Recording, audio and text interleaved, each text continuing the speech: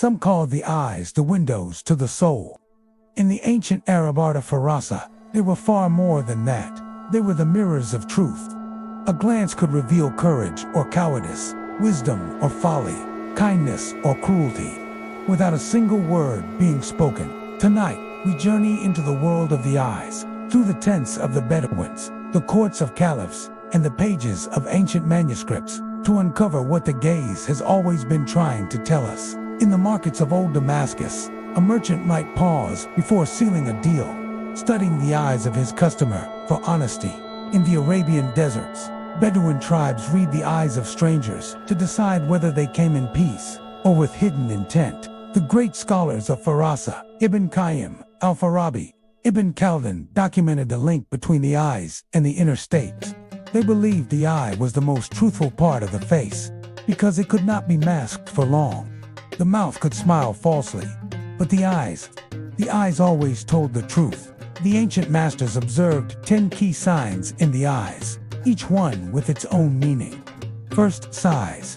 Large eyes were sometimes seen as marks of laziness or indulgence, while small eyes suggested sharper, more focused minds. Second, depth. Eyes that protruded outward hinted at ignorance or nod.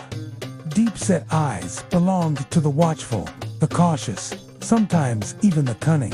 Third, color. Jet black eyes were thought to signal fear or hesitation. Red-tinged eyes spoke of courage and quick temper. Pale blue eyes suggested coldness or fragility. Amber or honey-colored eyes, ignorance. Yellow eyes, cowardice. Eyes mixing blue and yellow hinted at bad morals. An iris spotted with darker flecks was seen as a sign of malice. A gold-flecked black iris suggested aggression and thirst for dominance. 4. Brightness. A sharp, sparkling eye was linked to strong desire. Sometimes ambition, sometimes lust. 5th, lid shape. Lids twisted or bent, unnaturally marked deceit. 6th, blinking. Rapid blinking meant scheming or restlessness. Slow blinking meant contemplation. Trembling eyelids warned of instability or hidden hostility. 7th, animal-like eyes. Eyes like a donkey's were linked to ignorance. Cow-like eyes to simplicity or foolishness. The piercing eyes of a predatory bird to nobility and sharp judgment. 8th, combinations. Small eyes that trembled with movement hinted at a restless, indulgent nature. For the trained reader, no detail was too small. The truth was always in the details. Modern science may not use the same poetic language as the scholars of Firasah, but it confirms much of what they knew. The eyes respond to emotion faster than any other part of the body. Micro-expressions, those tiny flashes of feeling, last less than half a second, yet they betray our true state. A sudden widening of the eyes, surprise. A narrowing with brows drawn together, suspicion. A narrowing with brows drawn together, suspicion. Even the pupils tell a story. They expand with interest, contract with rejection or discomfort, and gaze direction. Where a person chooses to look can suggest truthfulness or deceit. But context is everything. The masters of Firasah knew that no single sign should be judged in isolation. History is filled with portraits that capture the power of the eyes. Cleopatra's gaze, immortalized in art, was both seductive and calculating. The moth of a leader who knew the strength of presence. Saladin's eyes, in rare depictions, were calm yet commanding, a sign of balance between mercy and resolve. Ibn Sina's portraits show eyes deep-set, reflective, befitting a mind devoted to knowledge and careful thought.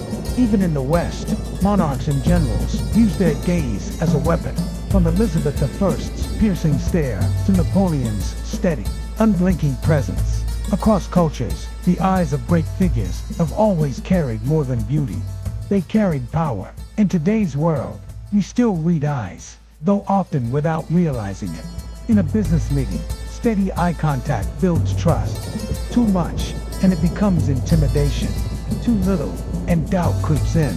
In relationships, a soft gaze can deepen connection, while a fleeting glance away can spark suspicion. Cultural norms matter. In some cultures, direct eye contact is a sign of respect. In others, it can be seen as a challenge. The ancient readers of faces would tell us, the secret is not in forcing the gaze, but in letting it reveal itself naturally. With great insight comes great responsibility. To read a person's eyes is not to own the truth about them. It is to hold a clue, a possibility. Misreading the signs can harm trust and relationships. The wise reader never rushes to judgment. In Firasah, patience and humility were as important as skill. If you wish to read the eyes, begin with observation, not assumption.